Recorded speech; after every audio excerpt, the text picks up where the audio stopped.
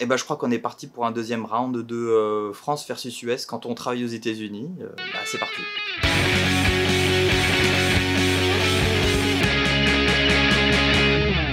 Warketeux, warketeuses, bonjour, je suis Olivier, entrepreneur à Los Angeles, et bienvenue dans un volume 2 de Le Franchouillard qui travaille aux États-Unis, les différences entre les Français et les Américains au travail.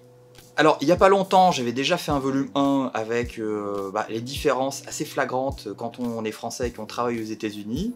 Mais il y en avait tellement que j'ai pas tout mis dans une première vidéo, donc j'en fais une deuxième. Et donc voilà le volume 2. Si vous voulez regarder le volume 1, je vous le mettrai quelque part en haut de votre écran et dans la description. Mais c'est parti pour le volume 2. Et on commence par la hiérarchie aux États-Unis qui est beaucoup moins nette qu'en France. En France, on va dire que son manager, on peut être pote avec son manager, mais dès qu'on a un N+2, un N+3, se croiser dans les couloirs, on va se dire bonjour, mais souvent ça va pas aller beaucoup plus loin que ça. Ici, c'est un petit peu plus à la cool. Mes anciens managers, quand j'étais dans une autre entreprise avant d'avoir ma propre agence, ils étaient quand même beaucoup plus à la cool. Mon premier Thanksgiving, je l'ai fait chez ma boss qui m'avait invité chez elle avec toute sa famille.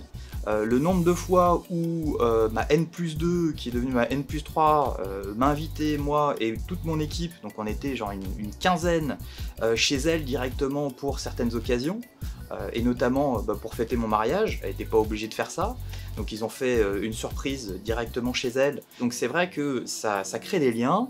En revanche, il ne faut pas oublier que tout ça, ça reste dans un cadre professionnel. Et c'est là où c'est un peu bizarre quand on est français, c'est que c'est un cadre professionnel dans le cadre personnel. Donc on va pas être potes, on va pas aller se taper des binous après le travail, etc. Ça reste professionnel, mais dans un cadre beaucoup plus à la cool, beaucoup plus personnel, où on va pouvoir rentrer un petit peu dans l'intimité de l'autre sans en faire trop. Et ça n'empêche pas que si on doit te dégager du jour au lendemain, on va te dégager du jour au lendemain, parce que business is business. Il y a une autre chose qui est aussi, et là pour le coup quand on est français, il faut faire vraiment très attention, surtout au travail, c'est les débats. Quand on n'est pas d'accord avec quelqu'un.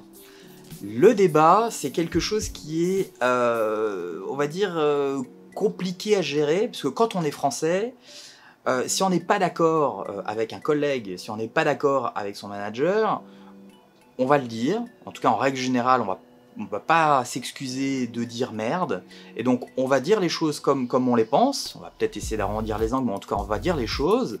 Et dans une réunion, avoir une discussion qui hausse un petit peu le ton, ça arrive plus d'une fois. C'est pas pour autant que un quart d'heure plus tard on va pas se taper le dos et qu'on passe à autre chose et qu'on peut discuter d'autre chose totalement, mais on aura fait valoir son point.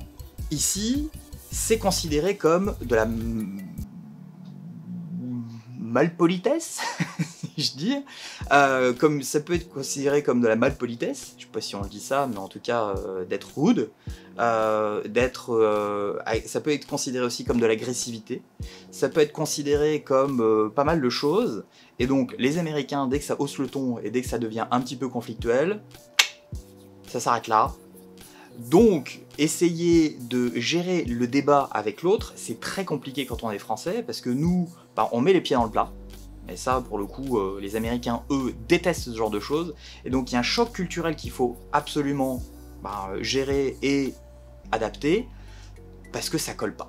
Ça colle pas. Et on peut être considéré comme très agressif, alors que pour nous, c'est normal. C'est totalement normal. Donc, il faut faire très attention à ça. Et il faut savoir arrondir les angles et faire passer ses idées et son avis, tout en étant dans l'esprit du politiquement correct. En tant que Français, c'est pas toujours évident. Il y a aussi une chose qui, en tant que Français, c'est pas un big deal, mais pour les Américains, c'est aussi un signe de malpolitesse, c'est être en retard. Les Américains détestent ça. Quand on a des meetings, les Américains seront toujours 2 ou 3 minutes en avance. Pareil pour les meetings en ligne, ils vont se connecter pile poil à l'heure. Toi, en tant que Français, tu vas te dire, si je suis 5 minutes en retard, ça va, c'est bon, c'est pas grave. Et ben si, c'est un signe de je m'en foutisme aigu. Et donc, être en retard, quand on est français, d'ailleurs c'est un petit peu le running joke, c'est voilà, si t'es pas en retard de moins de un quart d'heure, c'est que t'es pas vraiment en retard quand t'es français. L'américain, lui, ne sera pas en retard d'1 minute.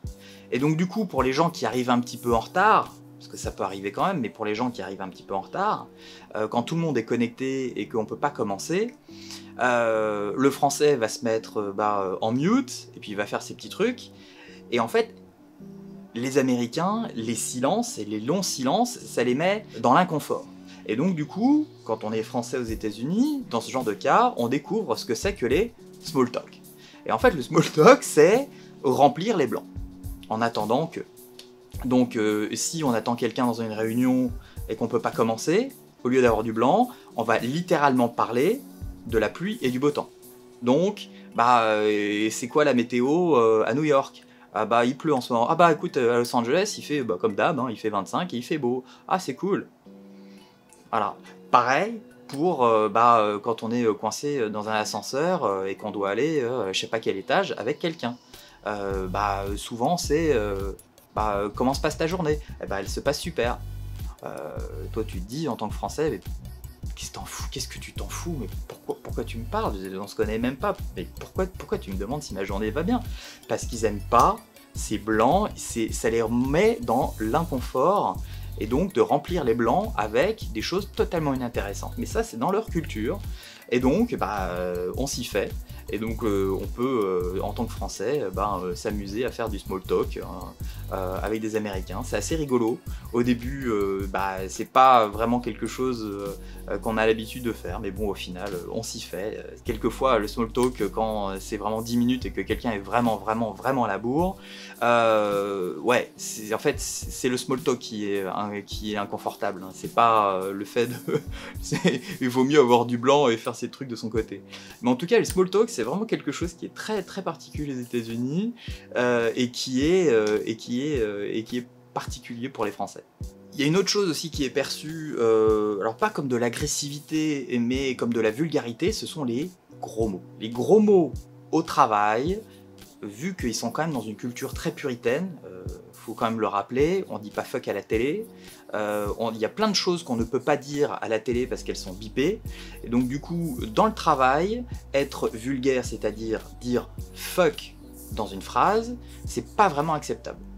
En revanche, ça c'est vraiment dans le côté corporate et donc dans le côté réunion avec tout le monde, parce que plus dans le privé, là pour le coup ils se lâchent et là ça les dérange vraiment pas, sauf certains qui ont vraiment un balai dans le cul, et là pour le coup t'as dit fuck, oh mon dieu, faut aller se laver la bouche avec du savon.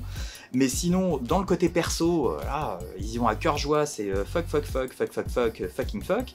Mais dans le corporate, nous, quand on dirait putain, merde, fait chier à tout bout de champ, et ça nous serait vraiment pas un problème, pour les Américains, c'est considéré comme vulgaire et pas acceptable au travail. Et d'ailleurs, chose qui est assez rigolote pour les Américains, c'est quand ils veulent placer un gros mot dans une phrase parce que ça fait du sens dans le contexte, mais qu'ils s'excusent, ils disent « excuse my French ».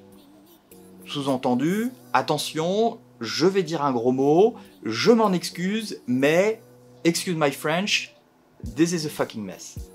Donc je trouve ça quand même assez rigolo quand on est français et qu'on se retrouve face à un Américain qui te dit excuse my French, parce que toi t'as envie de lui dire tu me casses. Et puis une dernière chose aussi que je trouve assez rigolote, c'est les pauses café. Alors les pauses café qui sont plutôt en fait des pauses jus de chaussette, hein, parce que le café ici, c'est pas les petits cafés comme nous on peut avoir en Europe. Ici c'est des longs jus de chaussette, et souvent quand ils font des pauses café, c'est plutôt en gros on va chez Starbucks, ou alors c'est les longues capsules qu'on peut boire pendant des heures et des heures, parce que on se fait un demi-litre d'eau infusée au café. Donc nous, quand on a l'habitude de dire on se fait une pause café, et à la limite on va au café d'à côté pendant un quart d'heure, on se fait un petit café au bar ou alors dehors, et puis on revient. Eux, c'est vraiment quelquefois même l'expédition pour aller jusqu'à chez Starbucks et revenir. En fait, c'est ça la pause café. c'est pas boire le café et pouvoir discuter, c'est marcher jusqu'à Starbucks pour aller s'acheter un truc qui fait 3000 calories et de revenir. C'est un peu caricatural, mais c'est vrai que c'est un petit peu ça. Alors, la pause clope, encore moins, parce que surtout ici, la pause clope, c'est pas quelque chose qui est vraiment fréquent. Parce qu'il n'y a pas grand monde qui fume, et quand ça arrive, ouais, c'est pas super méga bien vu, donc les pauses clopes, faut oublier. Donc c'est vrai que les pauses, en règle générale, il n'y en a pas beaucoup.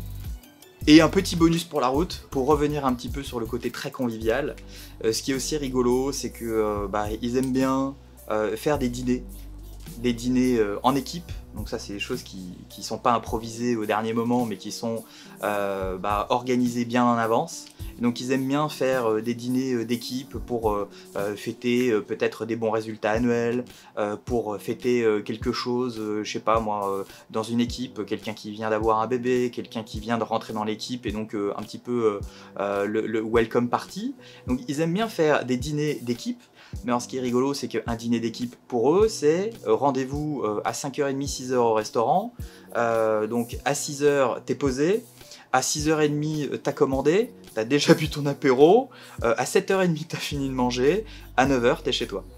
Et culturellement, travailler aux États-Unis quand on est français, il y a un choc de culture qui est assez énorme. Et encore une fois, c'est pas parce qu'on connaît la culture américaine de loin quand on habite en France et qu'on voit les séries, quand on voit les films, ce genre de choses, que quand on l'expérimente soi-même, ça fait bizarre. Je pense que mon perso, je suis arrivé trop tard aux États-Unis pour pouvoir m'y habituer totalement.